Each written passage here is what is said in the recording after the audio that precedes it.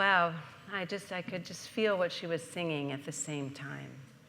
Feel all our hearts beating at the same time. We're all connected. Whether we act like it or feel so different, we're all here together. Beautiful. The topic today is develop a generous heart. And I realize we don't really need to develop a generous heart. We already have one. Our heart was born generous. We're generous by nature. We're here to be part. I mean, if you just think about our breath, goes in and out. Our blood pumps in and out. We are by nature in the flow of life. But developing a generous heart really means we have to understand some of the laws of nature and the laws of life. Now, I heard, Kathy Julene, that you interviewed this woman, Catherine Ponder. Is that true for the Science of Mind magazine? Yes, indeed. Yes, okay. Well, she is absolutely the queen of the law of compensation and prosperity. She's written, I think, 20 books on prosperity. She's a unity minister. She was born, I believe, in Alabama, I think, and opened a church in Austin, Texas, and in San Antonio, Texas, and in Palm Desert. And she is still living, 97 years old, maybe 98 now. She not only knows the law of prosperity, but the law of health and longevity, too. So this is very good. Maybe there's something about that. But she says there's laws, the law of compensation, that we have to be in line with the rules of that. The laws that go, just like the law of mathematics, the law of science and physics, all dependable, mechanical, they work, and we have to be in line with the laws of prosperity. But she wasn't that rigid. She said, in her book, she says, there is gold dust in the air for you, for me, and for everyone. So we have to learn how to breathe the gold dust that is there. We live in this abundant, prosperous universe, and we need to follow the laws of prosperity so our generous heart can develop and grow. Let me share a couple of the laws she talks about. Well, thank you for the beautiful reading this morning. That was so perfect. Look in the mirror and see I am with you. I mean, that was so sweet. And Mary, thank you for doing meditation this morning. Thank you. And Roberta's here somewhere doing vigil, so thank you for that too. Rumi said, life is a balance of holding on and letting go, of receiving and giving and sharing. And that's the law. That's the balance of life. Well, Catherine Ponder said, we must radiate in order to attract.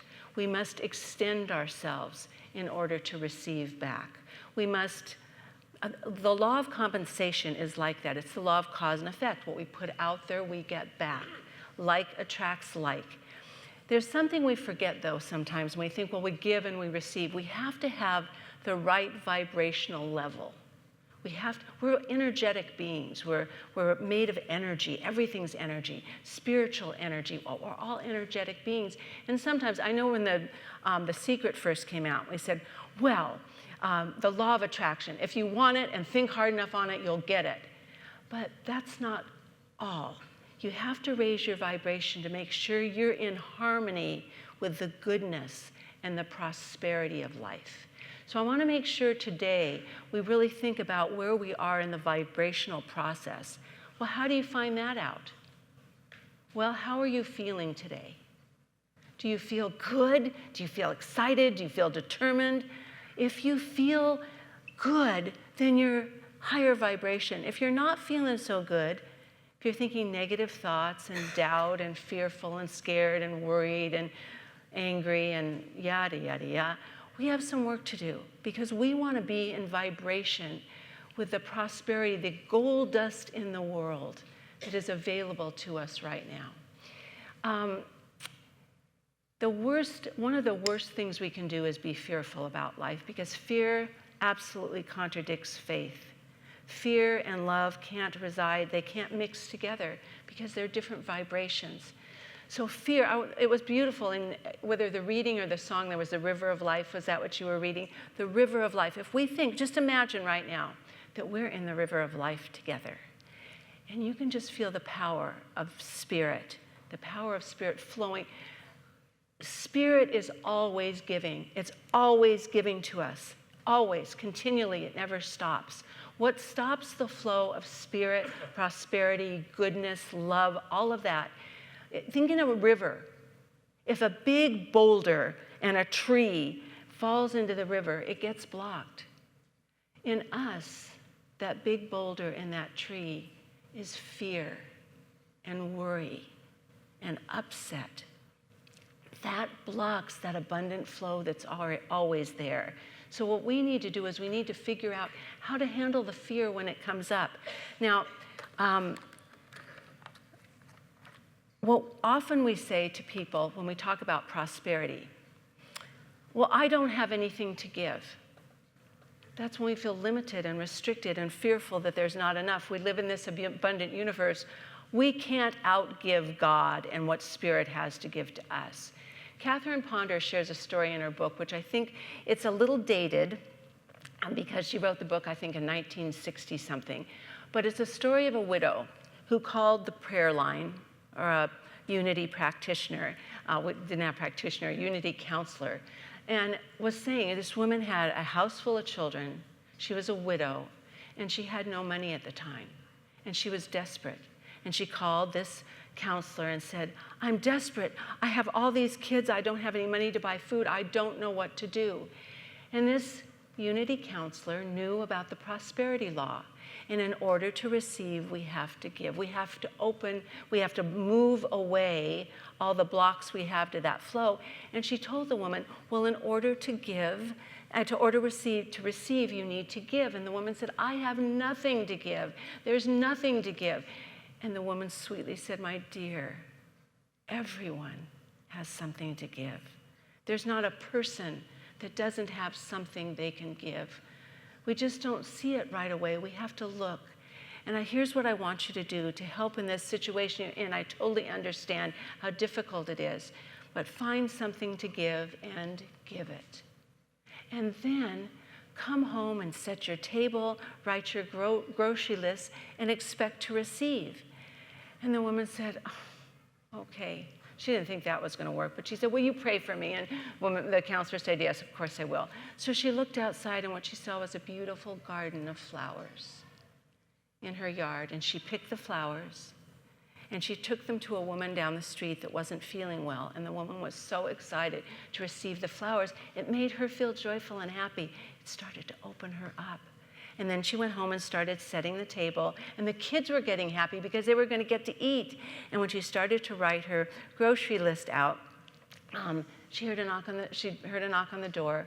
And a person came to the door that she was not expecting, hadn't seen for a while, who owed her quite a bit of money and gave her $50 as a down payment on what they owed. And she was ready. She stepped into the flow of life, and life responded immediately. So that's an example of what happens when we get in that same flow of life. When we're in fear, it doesn't work, but when we're in the flow of life, it happens. We all meet our edges, and it's what we do with our edges that make a difference. She reached out for help.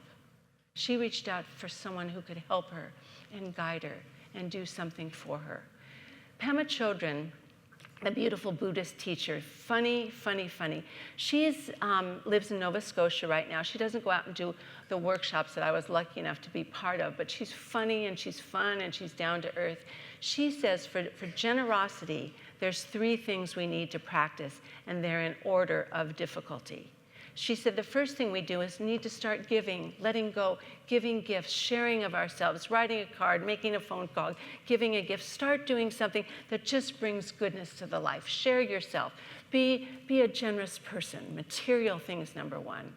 Number 2 is a little more difficult, and that's the gift of fearlessness. And I want you to think about it. When there's a real tragedy in the world, even on our street, anywhere, when somebody we don't know is in a dire place, you just see the people that rise up in fearlessness, step beyond themselves, and help. Bravery. That's a huge, beautiful form of generosity.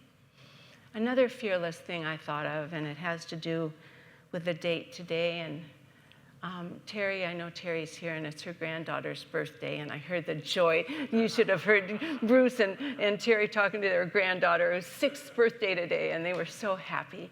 Well, life has its ups and downs, and this date for us, there's a fearlessness about handling loss.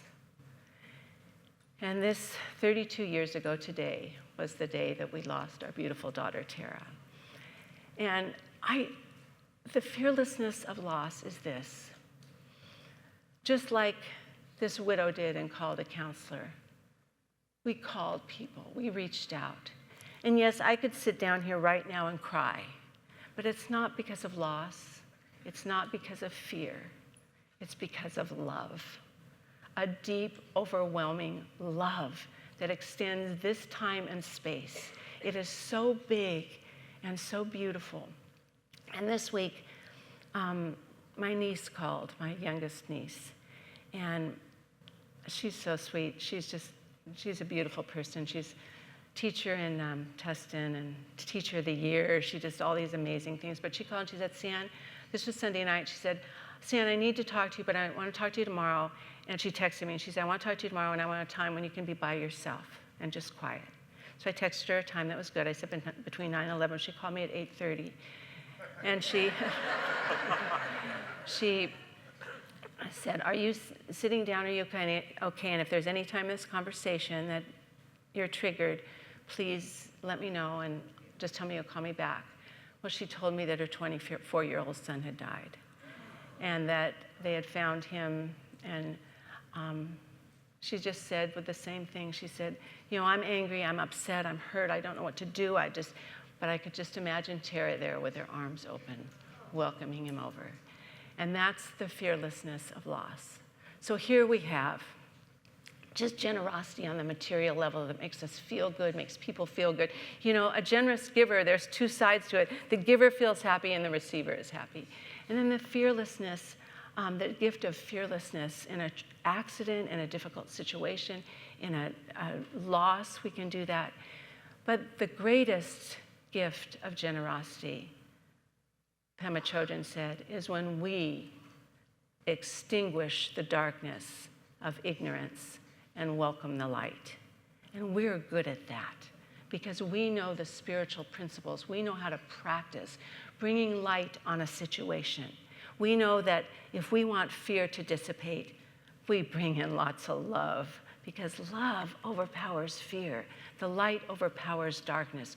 We can do that. That's what happens when you and I make that decision. Ignorance keeps us stuck in false perceptions. We make up stories that are only a piece of the story. When we shine the light, we can see the bigger picture. And what happens when we turn on that light and see the bigger picture, the light within us starts to shine. The compassion, the kindness, the caring, the love, that happens right away. We can do that. The law of vibration that I talked about, when it will dissipate ignorance if we choose to vibrate at a higher vibration and see the whole picture instead of just pieces of it. We can start being really, a kind, generous heart listens and doesn't judge. A kind, generous heart is just present and there and in tune with others. That's what it does. The other thing that I thought of here, Chip, when you shared about service, where are you, Chip? There you are back there.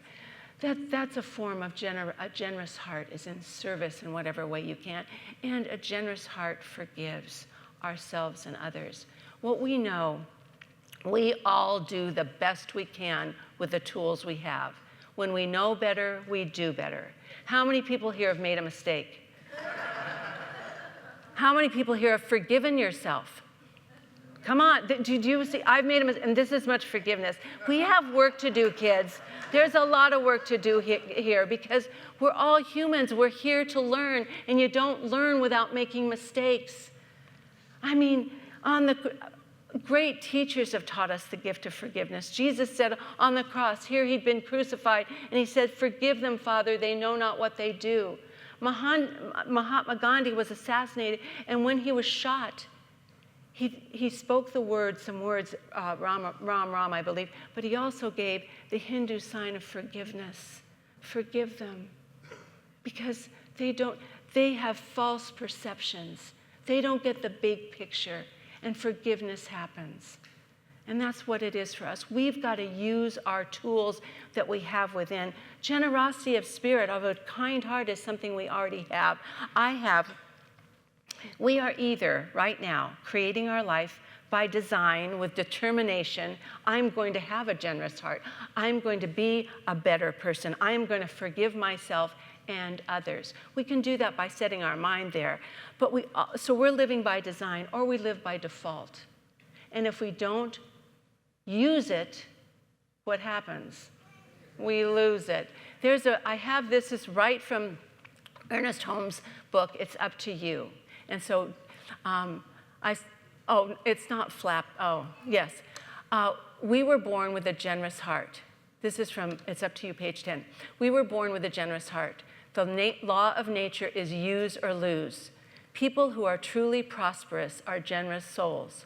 Our intellect becomes sluggish if unused. Our muscles become flappy from a lack of use. Talents unused seem to disappear. We must bear in mind that there is an inflow, and only by permitting an outflow to pass blessings on do we widen the channel for our inflow. Wow. So we need to decide where we need to be kinder and generous to ourselves. What can you do as a gift to yourself right now? Just think about it. It all starts with thought. You know, I talked about our feelings, or where we can tell where we are vibrationally, but our thoughts can change things. When we say change your thinking, change your life, change your thinking, change your life, that's the first step. Think a better thought and then take action. What do we need to do? When we're stuck, when we make a mistake, instead of pushing away and ignoring it, what's happening here? What am I to do? How can I do better? We need to be questioning ourselves so we can truly step up and make the decision to align ourselves with the gold dust that's in the air for you and me. We need to be in harmony. So take this moment. Let's just close right now in a consciousness of prayer. Just unravel yourself so you are an open vessel for God's infinite, abundant good that is ever flowing right here and right now. As we open ourselves by just taking in a breath and letting go and letting goodness and light and love permeate our being, we allow ourselves to feel more open, to feel freer, to feel that heart beating at the same time, the connection with others, to feel that thread of light that connects us all. And we know right now, as we open to this place, we choose to be kind. We choose to be humble. We choose to be loving. We set our intention. We set our energy on being the best we can be in this moment. Because the only thing that really matters truly in this world is to step up, to show up, to share the inner light that we have. That is the greatest, most generous gift that we can give. Sharing the love, the light that we are, being open to the gold dust, the goodness, the possibilities, the creativity that are always present in this air. I know for each and every one of us, we activate something new within ourselves on this day, in this moment. We choose to step up and be the light in a greater way. What a gift it is that we get to share, we get to be, we get to receive, we get to accept all the goodness that's flowing right here and right now. In that understanding, we simply say, thank you, God, for all of this and so much more. And we seal this by saying together, and so it is. Oh, this room is so much brighter. My goodness, I love it. Thank you for being here, and know that you make a difference, and we are the good that's unfolding, and so it is. Thank you for being here.